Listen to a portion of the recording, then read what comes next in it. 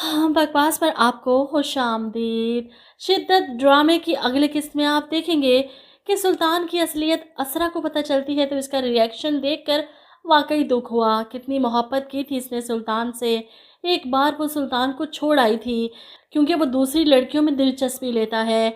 इस बार जब इसकी माँ ने खुद बताया कि वो सुल्तान की बेवफाई की ऐनी शाहिद है, तो यहाँ पर असरा बड़ी बहादुरी के साथ अपने घर को बचाने के लिए अपनी माँ से कहती है कि सुल्तान को इस बारे में कुछ भी ना पता चले।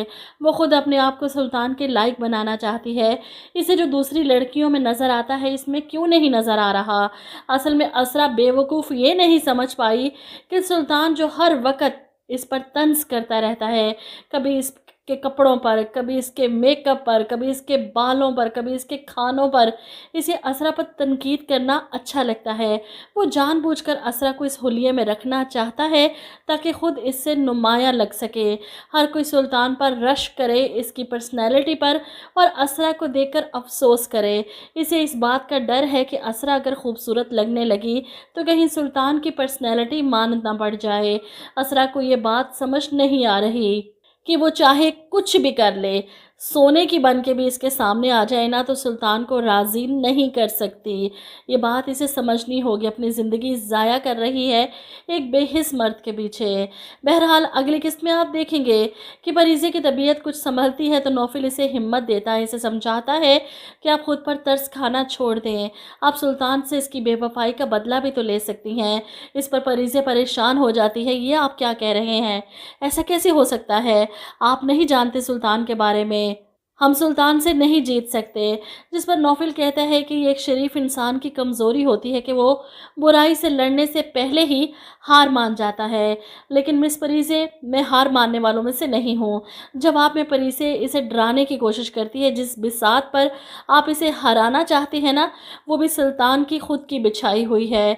मेरी एक बात याद रखिएगा, हर शरीफ इंसान की एक हद होती है लेकिन सुल्तान की कोई हद नहीं। लेकिन नौफल भी फैसला कर चुका है कि सुल्तान को इसके कैफरे किरदार तक ज़रूर पहुंचाएगा। एक मासूम लड़की की ज़िंदगी बर्बाद करने की सज़ा इसे ज़रूर देगा। लेकिन नौफल तो ये भी नहीं जानता कि परीज़े इकलौती लड़की नहीं, असल में असरा भी परीज़े की तरह ही सुल्तान की डसी हुई है। ये अलग बात है कि परीज़े पागल खाने पहुँच गई और असरा अभी तक सुल्तान के घर में अपने पागल होने का इंतज़ार कर रही है। ऐसे में नौफिल सुल्तान का पीछा करता है ताकि इसके खिलाफ सबूत इकट्ठे कर सके, इसे ब्लैकमेल कर सके, इसके मुंह से सारी हकीकत उगलवा सके।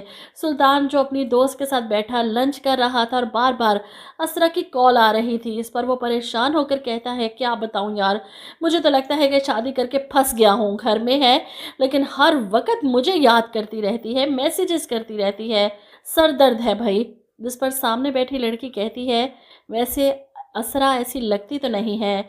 इसकी बात सुनकर सुल्तान कहता है, एक बात बताओ, तुम मेरी दोस्त हो या असरा की? जवाब में वो लड़की मुस्कुराते हुए कहती है, दोनों की।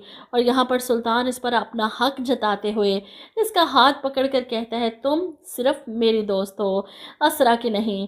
अब साथ वाली टेबल पर बैठा नौफिल अपने मोबाइल से ये सारी वीडियो रिकॉर्ड कर रहा था। वैसे भी सुल्तान को लड़की बनकर तो तंग कर ही रहा है, बदले की शुरुआत तो इसने कर ही दी है। परीज़े हिम्मत करे ना करे, नौफिल तो बदला ज़रूर लेगा। वैसे भी ऐसे मर्द से मोहब्बत करना अपनी ज़िंदगी को जहन्नुम में झोंकने के बराबर है। ऐसा मर्द जो बीवी से कहता है कि ख़ुद को ग्रूम करो, कहाँ से लग रही हो कि तुम मेरी बीवी हो? तुम्हारे भाई का क्रेडिट कार्ड है ना तुम्हारे पास, उस खर्चे पर ख़ुद भी पार्लर चली जाओ और मेरी बहन को भी ले जाओ साथ। यहाँ पर असरा फिर से खामोश है। वैसे तो असरा जैसी लड़कियाँ आजकल के दौर में एग्जिस्ट ही नहीं करती। अगर शोहर थोड़ी सी कोई बात कर दे ना तो ज़मीन आसमान एक कर देती हैं। मेरा खुद यही हाल है।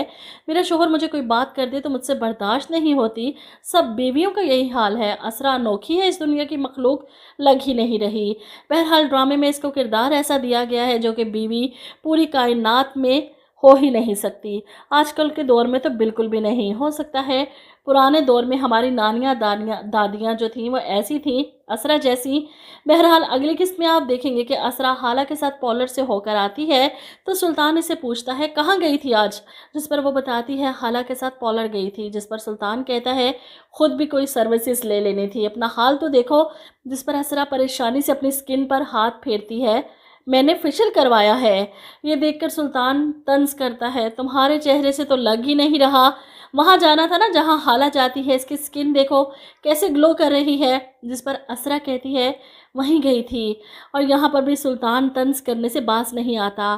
तुम्हारा भी कसूर नहीं है। अब वो बेचारी ब्यूटिशंस हैं, कोई प्लास्टिक सर्जन तो नहीं कि पूरी स्किन ही बदल दें। अब जो है वो है।